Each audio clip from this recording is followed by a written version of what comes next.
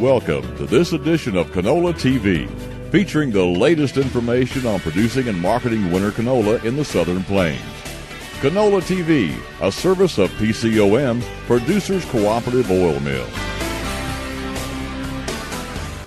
Hi everybody, welcome back to another edition of Canola TV. We're pleased to have along with us today Heath Sanders, agronomist for PCOM. And Heath, I know that you've been out in the fields, you, Gene, Josh, I know has been out as well, checking out these fields of canola that have gone dormant now, and they look kind of flat this year. They sure do, Ron. Been getting quite a few calls this year from farmers, either first-time growers or maybe a second-year grower, where, you know, last year our canola stayed green throughout the winter, fall, winter, spring. It never went what I call it went into dormancy, but it didn't look like it did. This year, when you go out and look at a canola field, it looks really brown. The leaves are crunchy. It's shrunk down, a lot flatter to the soil. That's typically what we see with winter canola. So I've been getting a lot of calls from farmers asking me, you know, is this stuff going to make it? Is it alive? Yes, normally if it's got good size on it going into the fall, and as long as that crown is still green, that canola plant's still alive. So go out and kind of check several plants and see what you're doing. Yeah, normally, you know, from the road it's hard to see, but when you walk across the field and you're getting down and you're looking at those plants, if there's one leaf that is still green on the inside of that crown, then that canola plant's still alive. The aesthetics of it looks like it's not alive. So let's talk a little bit. Obviously, we got a little bit of rain here a few days ago. That maybe held us a little bit, but we really do need moisture.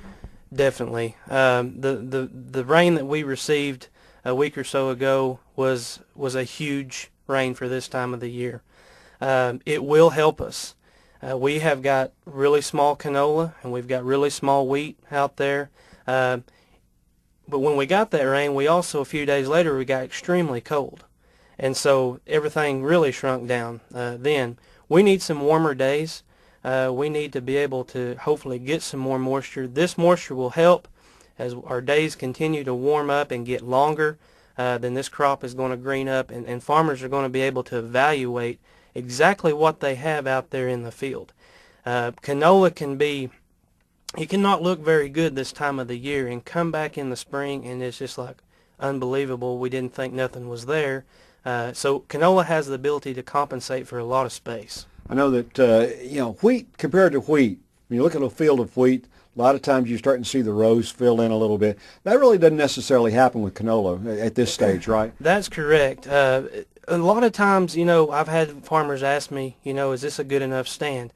And even if I can barely row canola, that's plenty of good enough stand for it, because it will branch out, it will get bigger, and it will close in those gaps and spaces where wheat tends to have a harder time this time of the year doing that, and it will eventually do it in the spring. But never give up on it. I've been fooled many times by, you know, thinking that nothing was going to make, and it was pretty good for what it had been through. Now, obviously, some of the varieties that we've developed over the last few years, we have improved on the winter hardiness. Oh, tremendously. When the first varieties that we had, give or take the environment and the year, were okay. The ones today, if we can get a little bit of size on them, or just, you know, just enough to make it, you know, 2 to 3, 4 leaves, those varieties will take extreme colds and be okay. So it's tremendous difference in the variety and the technology that we're using versus where we started.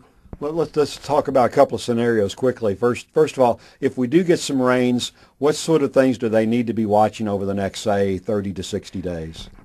If we start getting more moisture or we get some rain in the next 30 to 60 days, the things that pop in my mind are,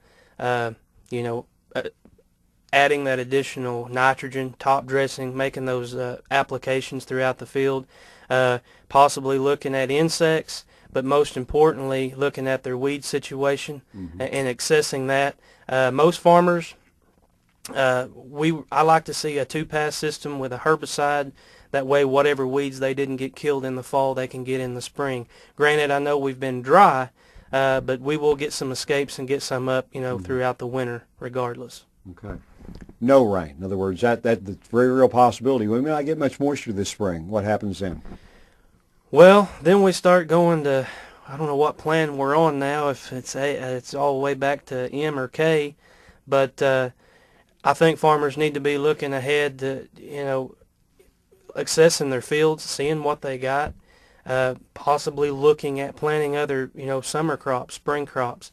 There's a lot of late planted wheat planted down in southwest Oklahoma, and I think those farmers, if they don't get the rain and make a wheat crop, would have to seriously be looking at planting some cotton this spring, just because, if we don't get the rain, then they're going to be looking for other crops to plant. Okay, so that's one of those things we're just going to have to wait and see, obviously. We're just going to have to wait and see. Agriculture, we've got to be a little patient. I know it's hard to be that way, but just let's see what we have to work with, and hopefully we'll get some more moisture, and hopefully it'll make our decision making a lot easier. Okay, we'll hope for that for sure. Appreciate your time today, Heath. Heath Sanders joined us today from PCOM. I'm Ron Hayes for Canola TV. Canola TV, a service of PCOM and produced by OklahomaFarmReport.com.